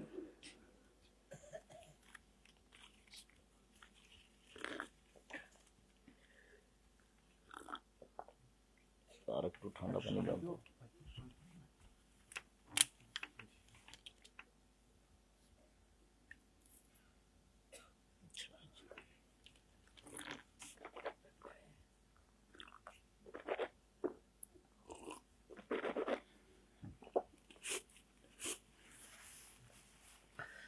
তাহলে রাসূল সাল্লাল্লাহু আলাইহি সাল্লাম তার এখন নেই যে দেখে সালাত আদায় করব। তাহলে এখন সালাতের উপরে যেসব বই পুস্তক আছে, নির্ভরযোগ্য বই দেখে সালাত আদায় করুন। আজকের জন্য আমাদের পক্ষ থেকে আপনাদের কাছে থাকছে জামিয়া সালাফের পক্ষ থেকে, অনলাইন আল ইতিসাম টিভির পক্ষ থেকে, নেভারাস ইসলামিক রিসার্চ ফাউন্ডেশনের পক্ষ থেকে, আমি খাকসার সাধারণ মানুষ আব্দুর রাজ্জাক বিন ইউসুফের পক্ষ থেকে প্রচলিত সালাত বনাম রাসূল সাল্লাল্লাহু আলাইহি সাল্লামের সালাত, এছাড়া উপদেশ, এছাড়াও কে বড় ক্ষতিগ্রস্ত কে বড় লাভবান, আদর্শ পরিবার, আদর্শ নারী, এছাড়াও অতীব গুরুত্বপূর্ণ আইনে রাসূল সাল্লাল্লাহু আলাইহি সাল্লাম দোয়া অধ্যায়। কোনগুলো দোয়া চলবে না আর কোনগুলো চলবে, কতটা হাত তুলে দোয়া করার হাদিস আছে, কতটা জায়গা উল্লেখ আছে। এদিকে দেখুন, আল্লাহ আকবার বলে সালাত শুরু করার পূর্বে একটু সুন্দর করে ওযু করে নিতে হবে। অজু সুন্দর করতে হবে, পেশাব পায়খানায় যেতে হবে অজুর পূর্বে, পেশাব পায়খানা থেকে উঠে পানি দিয়ে পবিত্রতা অর্জন করতে হবে। যদি পানি না থাকে তাহলে ঢেল টিস্যু পেপার, আগে ঢেল টিস্যু পেপার পরে পানি, এটা বিদআত। পানি দিয়ে পবিত্রতা অর্জন করবেন, পানি নেই তখন ঢেল টিস্যু পেপার, আগে ঢেল টিস্যু পেপার তারপরে পানি, এটা কথা মিথ্যা, এটা ধর্ম নয়। আবার টিস্যু পেপার নিয়ে 40 কদম হাঁটবেন, এটাও জায়েজ নাই। খক খক করে কাশবেন, এটাও শরীয়ত অনুমোদন দেন, এটা একটা নোংরামি নীতি। আর 40 দিন কেন, 40 কদম কেন? বাচ্চা,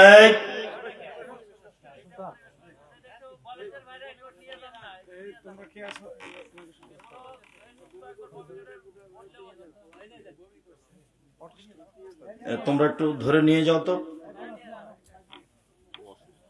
হ্যাঁ, সে অসুস্থ তো, তোমরা একদিক দিয়ে ধরে নিয়ে যাও, ওখানে একটু কিছু চাপিয়ে রাখো।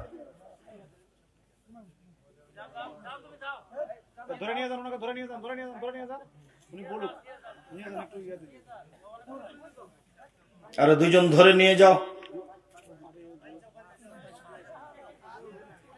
আচ্ছা থামেন,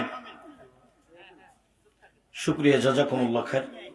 এরপরে যারা বলছে এ বাচ্চা 40 কদম হাঁটতে হবে, তাছাড়া পবিত্র হবে না, ঢেল টিস্যু পেপার নিতেই হবে, যদি তাই হয় তাহলে শুধু পুরুষকে পবিত্রতা অর্জন করতে হবে এভাবে, মহিলাকে পবিত্রতা অর্জন করতে হবে না? তাদের মহিলারা ঢেল নিয়ে 40 কদম হাঁটে, তারা নিজেরাই শুধু জান্নাতে যেতে চায়, মহিলারাকে জান্নাতে যেতে হবে না? তাহলে ওরা কি করবে মহিলারা? তার মানে ধর্ম এমন নয়, পদ্ধতি ভুল।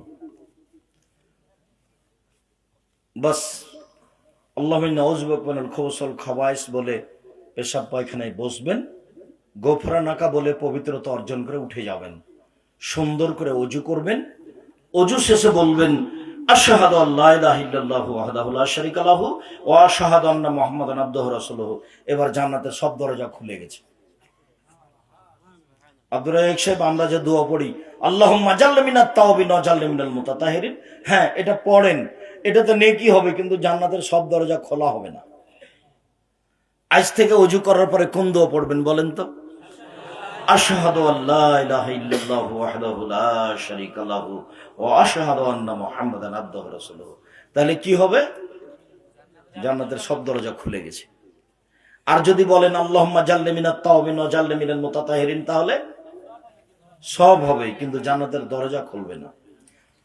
এবার আল্লাহু আকবার বলে দাঁড়ান, দাঁড়ানোর সময় দুই পায়ের মাঝের গোড়ালির ফাঁকা রাখবেন, দুই পায়ের মাঝে ফাঁকা রাখবেন, শরীরের ভারসাম্য বজায় রেখে যতটুকু ফাঁকা লাগে। মহিলা বৈঠকে কিন্তু বুবু নামাজে যখন দাঁড়াবা বুবু, তখন দুই পায়ের গোড়ালিকে জমা রাখিও বুবু। যদি দুই পায়ের গোড়ালি ফাঁকা রাখো বুবু, তাহলে লজ্জা স্থানের যোগাযোগ বুবু মাটির সাথে হবে, মাটি অভিশাপ করবে। বুবুর সব কথাই নাকি বুখারীতে আছে। তো দুই পায়ের গোড়ালি জমা করতে হবে, একবার নগদ মিথ্যা কথা। দুই পায়ের মাঝে কতটুকু ফাঁকা থাকবে? শরীরের ভারসাম্য বজায় রাখার জন্য যতটুকু আল্লাহ রাসূল মাপ উল্লেখ করেননি।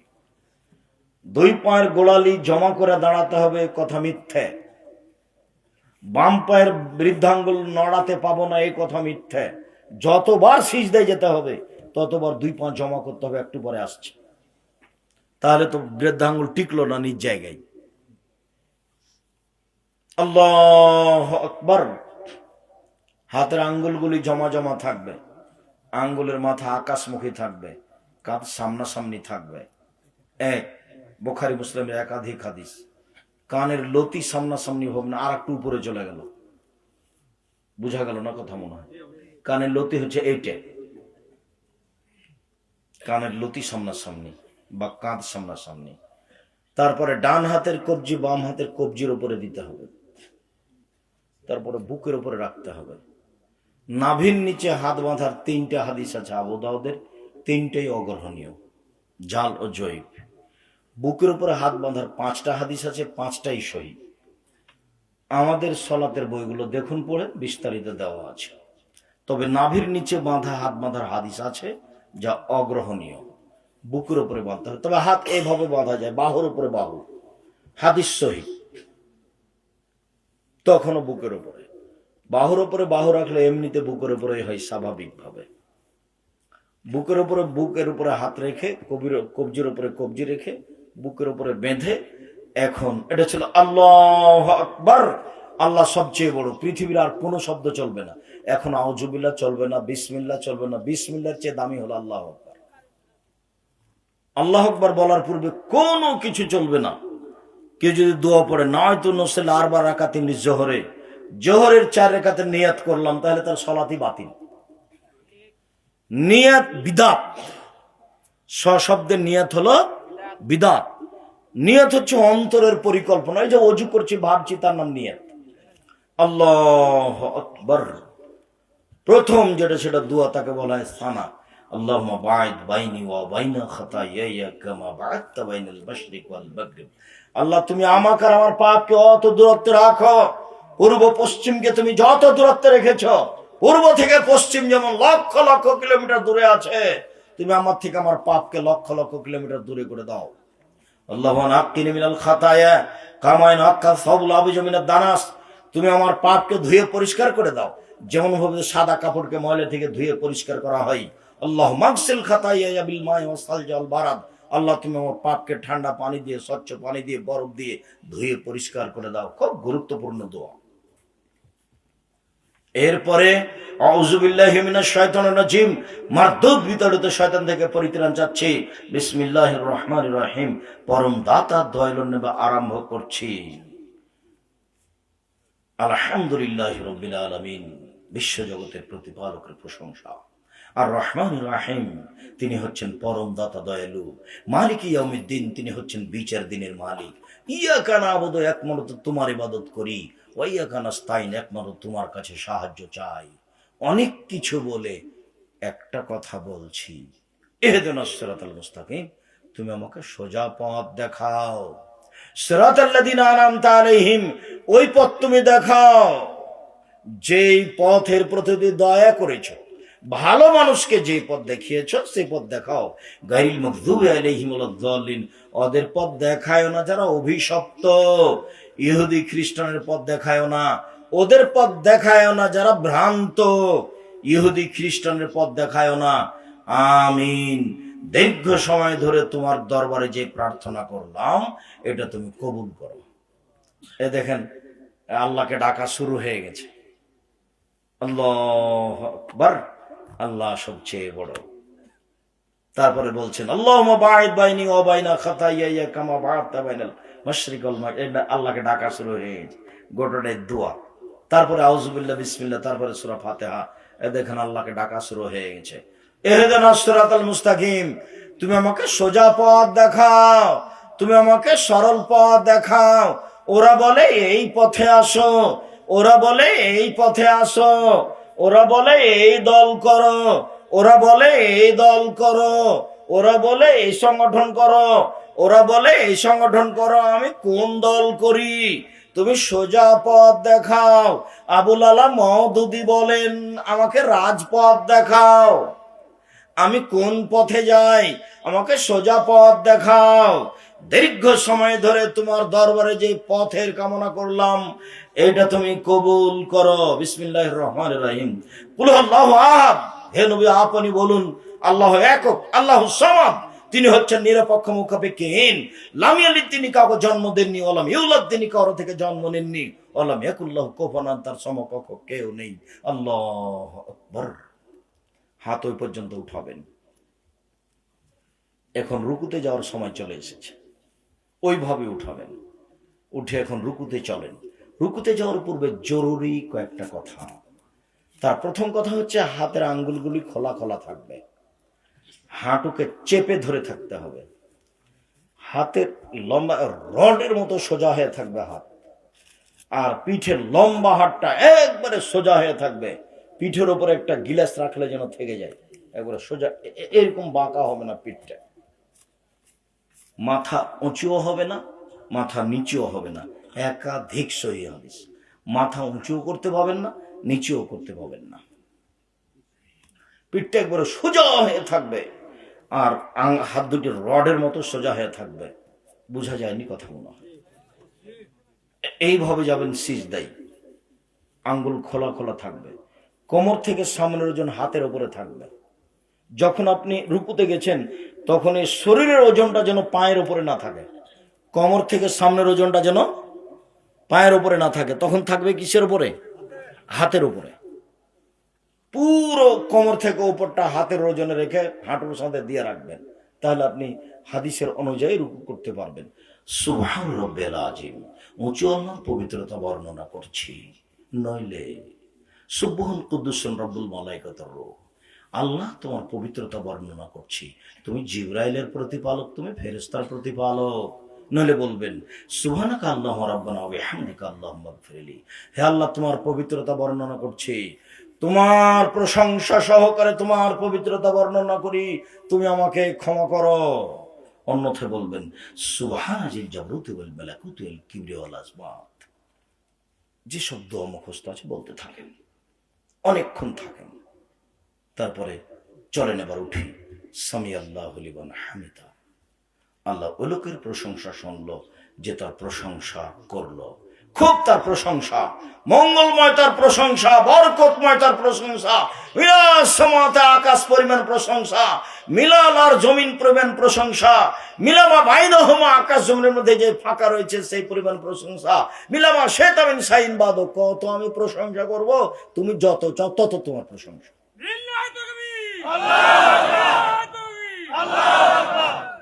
রাসূল সাল্লাল্লাহু আলাইহি সাল্লাম এইভাবে রুকু থেকে উঠে দোয়া করতেন।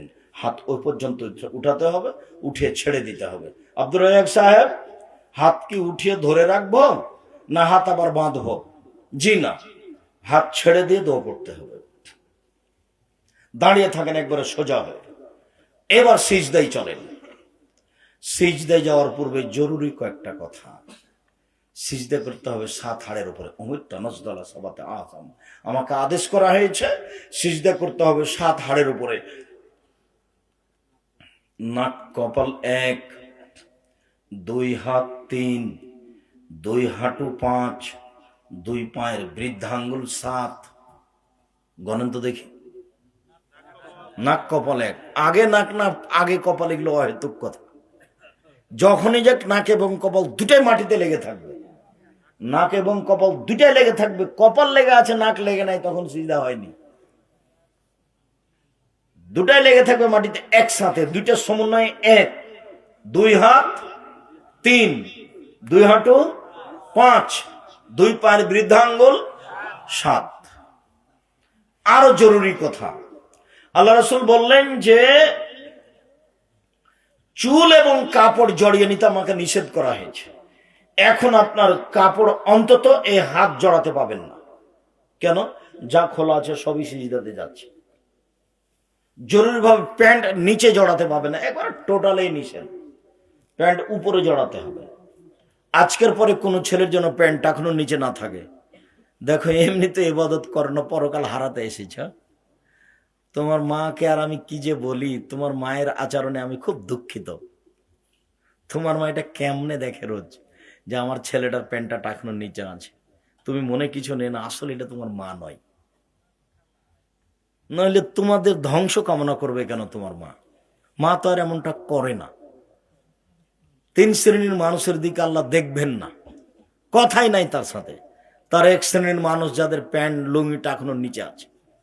তুমি সাধারণভাবে দেখিও না, এটা খুব কঠিন। তো প্যান্ট যদি জড়াতে হয় তাহলে উপরে জড়াতে হবে, কোমরে, নিচে নয়। আর চুল বেঁধে নিতে নিষেধ করা হয়েছে। মহিলা মানুষের চুল খোপা বাঁধা থাকবে না, বেনি গাঁথা থাকবে, আর নাহলে এমনি পিছন দিকে খোলা থাকবে। যখন সিজদায় যাবে তখন চুলও সিজদায় যাবে। কাপড় চোপড় যা যেখানে আছে সবকে নিজ গতিতে থাকতে দেন, সব কিছু সিজদায় যাবে। আল্লাহ রাসূল বলছেন যে মাথার চুল এবং কাপড় জড়িয়ে নিতে আমাকে নিষেধ করা হয়েছে। আরো যে 2 পায়ের গোড়ালি সহ পা দুটি একসাথে মিলে থাকবে। পায়ের গোড়ালি এবং বৃদ্ধাঙ্গুল একসাথে মিলে জমা হয়ে থাকবে। এভাবে হাদিসে বাবু বাঁধা আছে। আয়েশা রাদিয়াল্লাহু আনহা বলছেন, ঘুম থেকে উঠে আমি দেখলাম রাসূল বিছানায় নেই। তুমি অন্ধকারে ঘর, আমি হাতে এইভাবে দেখছিলাম, কি বাবুর কোথায় কোথায় কোথায় কোথায়, দেখি কোথায়। আমার হাতটা গিয়ে পড়লো রাসূলের 2 পায়ের নিচে। তখন তিনি সিজদায় ছিলেন। তো একটা হাত 2 পায়ের নিচে পড়লে, 2 পায়ের উপরে পড়লে, তাহলে পা দুটা কি হয়েছিল? জমা হয়েছিল। সিজদার সময় পা জমা করে নিতে হবে। আবার যখন সিজদায় উঠবেন তখন পা নিজের স্থানে চলে যাবে। এবার চলেন সুবহান রাব্বিল আলা, উঁচু আল্লাহর পবিত্রতা বর্ণনা করছি যতবার ইচ্ছে। 3 বার 5 বার 10 বার, একটারও হাদিস ঠিক নাই। যে যত পারে বলুন সুবহান কুদ্দুসুন রাব্বুল মালাইকাতুর রূহ, যতবার ইচ্ছে বলুন সুবহানাকা আল্লাহুম্মা রাব্বানা ওয়া বিহামদিকা আল্লাহুম্মা ইগফিরলি, যতবার ইচ্ছে বলুন আল্লাহুম্মা ইগফিরলি যামবি কুল্লাহু দিক্কাহু জাল্লাহু ওয়া লাহু আখিরুল নিত সিররা। হে আল্লাহ, তুমি আমার ছোট পাপ, বড় পাপ, প্রকাশ্য পাপ, অপ্রকাশ্য পাপ, গোপনীয় পাপ, সব পাপ ক্ষমা করে দাও। যতবার ইচ্ছে বলেন আল্লাহুম্মা ইগফিরলি যামবি কুল্লাহু দিক্কাহু জাল্লাহু ওয়া লাহু আখিরুহু ওয়া লা নিয়াতুহু সিররা। সিজদায় বেশি বেশি দোয়া কবুল হয়। কোরআন মাজিদের আয়াত ব্যতীত যত দোয়া মুখস্থ আছে সবই বলেন। ঋণ বেশি হয়ে গেছে, সিজদাতি বলেন আল্লাহুম্মা কফিনি বিহালালিকা আন হারামিক ওয়া আগনিনি বিফাজলিকা মান সিওয়াকা। নইলে সন্তুষ্টি চেয়ে আয়েশা রাদিয়াল্লাহু আনহা দোয়া বলেন আল্লাহুম্মা ইন্নাকা আফুবুন তুহিব্বুল আফওয়া ফা'ফু আন্নী। তুমি ক্ষমাশীল, ক্ষমাকে ভালোবাসো, আমাকে ক্ষমা করো। আল্লাহুম্মা ইন্নাকা আফুবুন, ও আল্লাহ তুমি তো ক্ষমাশীল, তুমি ক্ষমাকে ভালোবাসো, ফা'ফু আন্নী, আমাকে ক্ষমা করো। ক্ষমাকে যেহেতু তুমি ভালোবাসো তো আমাকে ক্ষমা করো না। যা দোয়া মুখস্থ আছে হাদিসের সব পড়েন, কোরআন মাজিদ পড়বেন না। কোরআন মাজিদ পড়ার কথা আসছে। উঠে আসেন, উঠে এসে বলেন আল্লাহুম্মা ইগফিরলি ওয়ারহামনি ওয়াহদিনি ওয়াফিনি ওয়ারযুকনি। হে আল্লাহ, তুমি আমাকে হেদায়েত দান করো, আমাকে খেতে দাও, আমার প্রতি দয়া করো। আবার সিজদায় যান, সিজদায় উঠে আসেন। এ হলো 1 রাকাত। আরেক রাকাত এভাবে, এ হলো 2 রাকাত। এটা যদি আত্মাহিতের বৈঠক হয় তাহলে বাম পায়ের পাতার উপরে বসেন, ডান পাকে খাড়ো করে রাখেন, বৃদ্ধাঙ্গুল কেবলামুখী করে। আর যদি সালামের বৈঠক হয় তাহলে বাম পাকে ডান দিকে বের করে দেন, আর পিছনটা নিতম্ব মাটির উপরে রাখেন, আর ডান পা এভাবে খাড়ো হয়ে থাকবে, পায়ের বৃদ্ধাঙ্গুলটা কেবলামুখী থাকবে, আর গোড়ালিটা বের হয়ে থাকবে, আর আপনার নিতম্বটা মাটির উপরে থাকবে, আর বাম পাটা ডান দিকে চলে যাবে। যেটাই সালামের বৈঠক। 1 রাকাতে সালামের বৈঠক আছে, তা হলো বিতর। 2 রাকাতে সালামের বৈঠক আছে, তা হলো ফজর। 3 রাকাতে সালামের বৈঠক আছে, তা হলো মাগরিব। 4 রাকাতে সালামের বৈঠক আছে, তা হলো জোহর, আসর, এশা। যখন সালামের বৈঠক তখন এভাবে বসবেন। এবার হাতের আঙ্গুলগুলি বাম হাতের জমা জমা থাকবে, হাঁটুর উপরে থাকবে। ডান হাতের আঙ্গুল এইভাবে আগের দুইটা চাপেন, বন্ধ করেন, করেন তো দেখি। তৃতীয় নখের উপরে বৃদ্ধাঙ্গুলের পেটটা রাখেন। উপস্থিত বৈঠকের মুসলিম বোন, এই খালেদা তুমিও করো। উপস্থিত বৈঠকের দিন মুসলিম ভাই ও বোন দুইটাকে জমা করেন। তৃতীয় অঙ্গের নখের উপরে বৃদ্ধাঙ্গুলের পেটটা দেন, দেখেন এভাবে। আর বৃদ্ধাঙ্গুলের পাশের আঙ্গুলটা এভাবে, এই যে গোলাকার। তারপরে যে এই আঙ্গুলটা এবার হাঁটুর উপরে রাখেন, দেখেন অবিরাম নড়বে সবসময়। ইল্লাল্লাহ বলে একবার নড়ানোর দুনিয়াতে কোনো জাল ভুয়া হাদিসও নেই। আর নড়া মানে শয়তানকে আঘাত করা। একবার নড়িয়ে শয়তানকে আঘাত করব কেন? নড়তেই থাকবে, শয়তানকে আঘাত করতেই থাকবো। একবার আত্তাহিয়াত থেকে নিয়ে সালাম পর্যন্ত, আত্তাহিয়াতু লিল্লাহি ওয়াস সালাওয়াতু ওয়াত তাইয়িবাত, সমস্ত ইবাদত আল্লাহর জন্য। আসসালামু আলাইকা আইয়ুহান নবিয়্যু, নবী আপনার উপরে শান্তি অবতীর্ণ হোক। আসসালামু আলাইনা ওয়া আলা ইবাদিল্লাহিস সালিহিন, শান্তি আমাদের উপরে হোক, শান্তি সকল বান্দার প্রতি হোক। আশহাদু আল্লা ইলাহা ইল্লাল্লাহ ওয়া আশহাদু আন্না মুহাম্মাদান আবদুহু ওয়া রাসূলুহু, আমি সাক্ষ্য দিচ্ছি আল্লাহ ছাড়া কোনো মাবুদ নাই, আমি সাক্ষ্য দিচ্ছি মুহাম্মদ আল্লাহর রাসূল এবং তার বান্দা। আল্লাহুম্মা সাল্লি আলা মুহাম্মাদ ওয়া আলা আলি মুহাম্মাদ কামা সাল্লাইতা আলা ইব্রাহিম ওয়া আলা আলি ইব্রাহিম ইন্নাকা হামিদুম মাজিদ। আল্লাহ তুমি মুহাম্মদ সাল্লাল্লাহু আলাইহি সাল্লাম ও তার বংশধর প্রতি শান্তি অবতীর্ণ করো, যেমন ভাবে ইব্রাহিম আলাইহিস সালাম তার বংশধর প্রতি শান্তি অবতীর্ণ করেছিলে। তুমি প্রশংসনীয়, তুমি জ্ঞানী। আল্লাহুম্মা বারিক আলা মুহাম্মাদিন ওয়া আলা আলি মুহাম্মাদ কামা বারাকতা আলা ইব্রাহিম ওয়া আলা আলি ইব্রাহিম ইন্নাকা হামিদুম মাজিদ। আল্লাহ তুমি মুহাম্মদ সাল্লাল্লাহু আলাইহি সাল্লাম ও তার বংশধর প্রতি বরকত নাজিল করো, যেমন ভাবে ইব্রাহিম আলাইহিস সালাম ও তার বংশধর প্রতি বরকত নাজিল করেছিলে। আল্লাহুম্মা ইন্নী যালামতু নাফসি যুলমান কাসীরা, হে আল্লাহ জীবনে খুব পাপ করেছি, ফাগফিরলি তুমি আমাকে ক্ষমা করো। মাগফিরাতাম মিন ইনদিক, ক্ষমা একমাত্র তোমার পক্ষ থেকে হয়ে থাকে। ওয়ারহামনি, তুমি আমার প্রতি দয়া করো। ইন্নাকা আনতাল গাফুরুর রহিম, তুমি যে দয়াশীল, তুমি যে ক্ষমাশীল, তুমি যে দয়াশীল, তুমি যে ক্ষমাশীল। তুমি দয়া ক্ষমা না করলে কে দয়া করবে? তুমি ক্ষমা না করলে কে ক্ষমা করবে? আল্লাহুম্মা ইন্নী আউযু বিকা মিন আযাবি জাহান্নাম, তোমার কাছে জাহান্নামের শাস্তি থেকে বাঁচতে চাই। ওয়া আউযু বিকা মিন আযাবিল কবর, তোমার কাছে কবরের শাস্তি থেকে বাঁচতে চাই। ওয়া আউযু বিকা মিন ফিতনাতিল মাসীহিদ দাজ্জাল, তোমার কাছে দাজ্জালের ফিতনা থেকে বাঁচতে চাই। আল্লাহ ওয়া আউযু বিকা মিন ফিতনাতিল মাহি ওয়াল মামাত, তোমার কাছে বাঁচতে চাই ইহকালের ফিতনা, তোমার কাছে বাঁচতে চাই পরকালের ফিতনা হতে। আল্লাহুম্মা আউযু বিকা মিনাল মাসামি ওয়াল মাগরাম, তোমার কাছে বাঁচতে চাই বড় পাপ হতে, ঋণ কর্য হতে। তোমার কাছে বাঁচতে চাই বড় পাপ হতে, তোমার কাছে বাঁচতে চাই ঋণ কর্য হতে। এরপরে কি পরামর্শ আছে বলেন তো? রব্বির হামহুমা কামা রাব্বায়ানি সাগীরা, যে কয়েকবার পরিবেশ অনুকূলে হয়। আসসালামু আলাইকুম রাহমাতুল্লাহ, আসসালামু আলাইকুম রাহমাতুল্লাহ। ও আজকে আর একটা থাকলো, একটা তো রব্বির হামহুমা কামা রাব্বায়ানি সাগীরা আছে, আর একটা থাকলো রব্বানা আতিনা ফিদ দুনিয়া হাসানাতাও ওয়া ফিল আখিরাতি হাসানাতাও ওয়া কিনা আযাবান নার। আল্লাহ তুমি ইহকালে কল্যাণ দাও, পরকালে কল্যাণ দাও, আর তুমি জাহান্নাম থেকে বাঁচাও। সম্মানিত দিনী ভাই বোন, আসসালামু আলাইকুম রহমতুল্লাহ, আসসালামু আলাইকুম রহমতুল্লাহ। এ হলো সালাত। দেখেন শুরু থেকে শুধু আল্লাহকে ডাকা, এতক্ষণ ছিল চুপে চুপে কথা, এখন যা হবে জিকির। আল্লাহু আকবার, আস্তাগফিরুল্লাহ, আস্তাগফিরুল্লাহ, আস্তাগফিরুল্লাহ, আল্লাহুম্মা আনতাস সালাম ওয়া মিনকাস সালাম তাবারাকতা ইয়া যাল জালালি ওয়াল ইকরাম। এ পর্যন্ত না বলে উঠতে পাবেন না। এরপরে বলেন সুবহানাল্লাহ, আলহামদুলিল্লাহ, আল্লাহু আকবার বলেন, আরো দোয়া পড়েন, আয়াতুল কুরসি পড়বেন।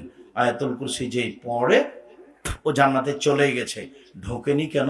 মরেনি এই জন্য। এইভাবেই রাসূল সাল্লাল্লাহু আলাইহি সাল্লাম বলেছেন। সম্মানিত দিনী ভাই বোন, আপনাদের আজকের বৈঠকে আমি খুবই খুশি আছি। মানুষ খুব একবারে প্রশান্তির সহিত বসে বসে কথাগুলো শুনছিলেন। আমি উপস্থিত এলাকার দিনী ভাই বোনদের আন্তরিকভাবে শুকরিয়া আদায় করি।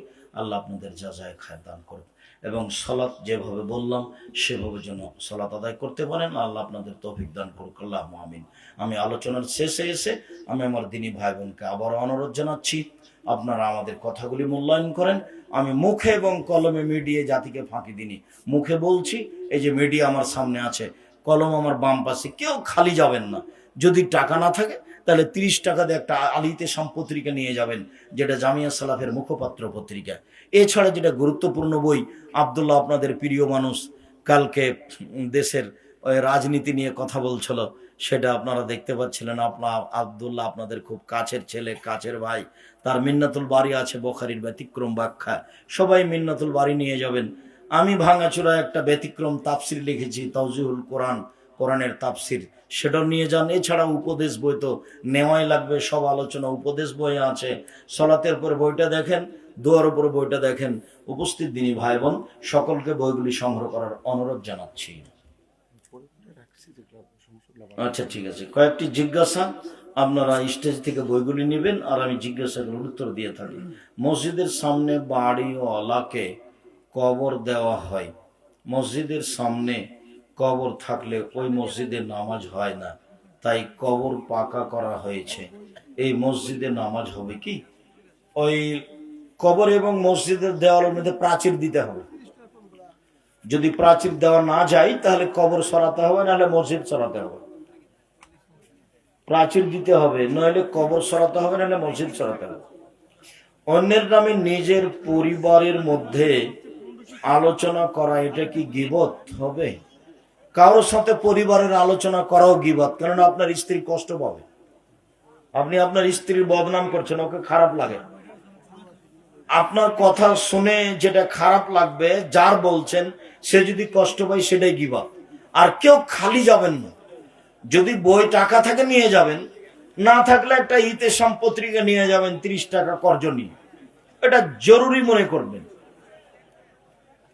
হুজুর আমি আর আমার দিনী বোনেরা যারা আছেন, আদর্শ নারী আদর্শ পরিবার আপনার জন্য জরুরি বই।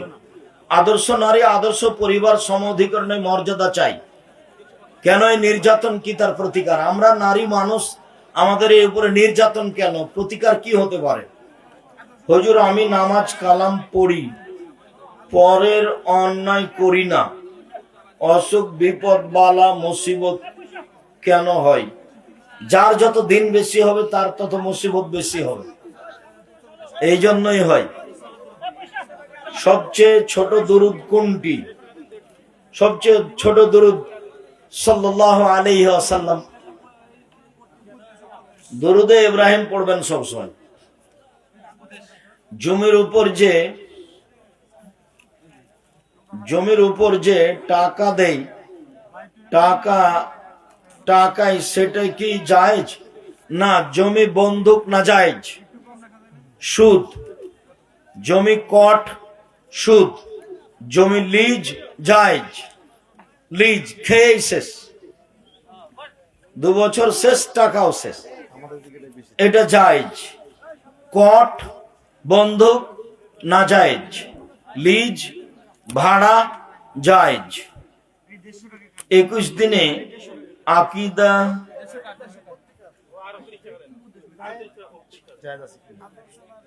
21 দিনে কি এটা? 21 দিনে আকিকা জায়েজ আছে কি? ও 21 দিনে আকিকা, ওই যে আকিদা লেখা আছে। জি না, 21 দিনে আকিকার হাদিস ঠিক নয়, নিতান্তই জয়ীফ। 7 দিনের পরে আকিকা নেই, 7 দিনের আগেও নেই, 7 দিনের পরেও নেই। হুজুর আপনার এক বক্তব্যে শুনেছি যে স্বপ্নদোষ হওয়ার পর সেই জায়গা শুকিয়ে গেলে বা যতটুকু জায়গা অপবিত্র হয়েছে ততটুকু জায়গা ধুয়ে ফেললেই সালাত আদায় করা যাবে, এটা কি সঠিক? জি, এটাই সঠিক। শেখ, আমি মাঝে মাঝে এশার নামাজের পর বেতের নামাজ না পড়েই চলে আসি এবং বাড়িতেও পড়া হয় না, এক্ষেত্রে বেতের নামাজ ছাড়া এশার নামাজ হবে কি? হবে, বেতের ফরজের মতোই। আপনি বড় গুনাহগার হবেন, পড়তেই হবে, বেতের পড়তেই হবে। রেখে এসেছেন, সকাল হয়ে গেছে, দিনে পড়েন, পড়তেই হবে। একজন ঋতুবতী মহিলা 7 দিন সালাত আদায় করতে পারে না, যদি 7 দিনের আগেই পবিত্র হয়ে যায় তাহলে সালাত বা সিয়াম পালন করতে পারবে কিনা? 7 দিন তো চূড়ান্ত হিসাব নয়, 3 দিনও হতে পারে। যখনই মহিলা হাইজ থেকে ভালো হবে তখনই সালাত আদায় করবে, জরুরি, যখন ভালো হয়েছে। যদি মনে করছে আসর থেকে আমি পবিত্র, মাগরিব থেকে পবিত্র, এশা থেকে পবিত্র, তখন থেকে শুরু করবে। গোসল করে শুরু করবে, গোসল না করতে পারলে তায়াম্মুম করে শুরু করবে। হুজুর আপনাকে অনেক ভালোবাসি, আমি মোবাইলের মাধ্যমে কোরআন মাজিদ পড়ি অজু ছাড়াই। কোরআন পড়ার জন্য অজু জরুরি নয়, অজু ছাড়া কোরআন মাজিদ পড়া যায়, কোনো সমস্যা নেই। প্রিয় শায়েখ, আসসালামু আলাইকুম ওয়া রাহমাতুল্লাহ। আমার প্রশ্ন, বক্তা বক্তা বক্তৃতার মাঝে বিরতি করে আল্লাহ আল্লাহ আকবার বলে এটা বলা যাবে কি? জি না, ওইসব জিকির চলবে না, ওরকম করে ঢং ভং করা যাবে না, ওটাও বলা হবে না। নিজের গতিতে জিকির হিসাবে বক্তব্য চলাকালীন মাঝে মধ্যে বলতে হবে রব্বিক ফিরলি ওয়াতুব আলাইয়া ইন্নাকা আনতাত তাওয়াবুল গাফুর। আল্লাহ রাসূল কোন বৈঠকে বসে থাকলে এই তাসবিহটা পড়তেন, এইগুলো চলবে না। সম্মানিত শায়েখ, মাসিক শেষ হওয়ার পর পবিত্র হতে হয় কিভাবে? হাইজ থেকে পবিত্র হওয়ার পদ্ধতি হলো গোসল করতে হবে, অন্য কিছু নয়। অজু করে গোসল করতে হবে এটাও নয়। অজু করে গোসল করতে পারেন, পরে আর অজু করা লাগবে না। অজু করে গোসল করতে হবে, ভালোভাবে গোসল করতে হবে। আর গোসল করার পরে সম্ভব হলে লজ্জাস্থানে আতর ব্যবহার করতে হবে, এটাই সুন্নাত, অন্য কোনো পদ্ধতি নেই। গোসল করেই পবিত্রতা অর্জন করতে হবে। পবিত্রতা অর্জন করার পরে আপনি পারলে আতর ব্যবহার করবেন, আর কিছু লাগবে না। যদি গোসল করতে না পারেন তাহলে তায়াম্মুম করবেন, আপনি পবিত্র হয়ে গেছেন। নবী সুলাইমান তামাম দুনিয়া পশু প্রাণীর দাওয়াত দিয়েছিলেন, এই হাদিস কতটুকু সত্য? না, পশু প্রাণীর কথা বুঝতে পারতেন, পশু প্রাণীকে দাওয়াত দিতে হবে না, কেননা পশু প্রাণীর উপরে বিধান নেই। পশু প্রাণীর জাহান্নাম জান্নাত নেই। জাহান্নাম জান্নাত শুধু দুই শ্রেণীর। কে কে? পাথর কেন? মানুষ আর জিন। ও তো জাহান্নাম, খড়ি হলো মানুষ আর পাথর। জাহান্নামে দুই শ্রেণীর মানুষ যাবে, এক নাম জিন আর একটা নাম মানুষ। পশু প্রাণী যাবে না। অতএব সুলাইমান আলাইহিস সালাম পশু প্রাণীকে কোরআন হাদিসের দাওয়াত দিয়েছেন, এটা মিথ্যা কথা, তারা তো বুঝবে না এগুলো। তবে পশু প্রাণী যেভাবে ডাকতো, তাসবিহ তাহলিল করে, সেটা সুলাইমান বুঝতে পারতেন। পাখির ভাষা সুলাইমান বুঝতে পারতেন, আল্লাহ বিশেষ ক্ষমতা দিয়েছেন। প্রতি বছর ফেব্রুয়ারি মাসে ভালোবাসা দিবস পালন করা কাবিরা গুনাহ, মহাপাপ। 3 নম্বর শ্রেণীর মানুষ, যারা মূর্খ অশিক্ষিত মানুষ, তারা পালন করে। যারা নিম্ন শ্রেণীর মানুষ, অশিক্ষিত মানুষ, তারা এগুলো পালন করে। শেখ, আমি ফোনের মাধ্যমে একটা মেয়ের সাথে কথা বলি এবং সে আমাকে ফোনের মাধ্যমে 3 বার কবুল বলেছে, তাহলে বিয়ে হয়েছে কি? এটা তোমার জানার দরকার ছিল, এটা হারাম, কাবিরা গুনাহ। বিবাহ হয়নি, ধর্মকে পাগল মনে করো না। তুমি একটা নোংরা শ্রেণীর ছেলে, ইতর শ্রেণীর ছেলে। ভালো হোক, তওবা করে জিন্দেগিতে এই জিজ্ঞাসা করবো না কখনো। হিসাব পাও না, এটার কথা তোমাকে জিজ্ঞাসা করতে হবে, ওটা ফাইজলামি করো তুমি। শায়েখ, সুদ সম্পর্কে অনেকে জেনেও সুদ খায়, এরা কোন শ্রেণীর মানুষ? এরা মহাপাপী মানুষ। যেমন জেনা করছে, জেনে শুনে অন্যায় করার অন্যায়, এও জেনে শুনে সুদ খাচ্ছে। এরা তওবা না করলে জাহান্নামে চলেই গেছে। এরা নিম্ন শ্রেণীর নিকৃষ্ট মানুষ। 10 লাখ টাকা যৌতুক নিয়ে বিয়ে করেছিলাম, এখন টাকা পরিশোধ করার মতো সামর্থ্য নাই, এখন আমার উপায় কি? দেখো, জমি জায়গা যা আছে বিক্রি করে দিতে হবে। জমি জায়গা যেটা বিক্রি করে দিতে হবে, এই টাকা তোমার জন্য হারাম, ঋণের চেয়ে খারাপ এটা। এই টাকা তোমার শ্বশুরকে ফেরত দিতেই হবে। সমুদ্রে অনেক ধরনের মাছ পাওয়া যায়, যেগুলো আমি চিনি না, যাকে মাছ মনে করো সমুদ্রের, কুমির হোক আর হাঙর হোক আর যাই হোক, যদি তোমার রুচিতে বলে যে এটা মাছ খাওয়া, পানির সব হালাল ব্যাং ব্যতীত, পানির সব হালাল ব্যাং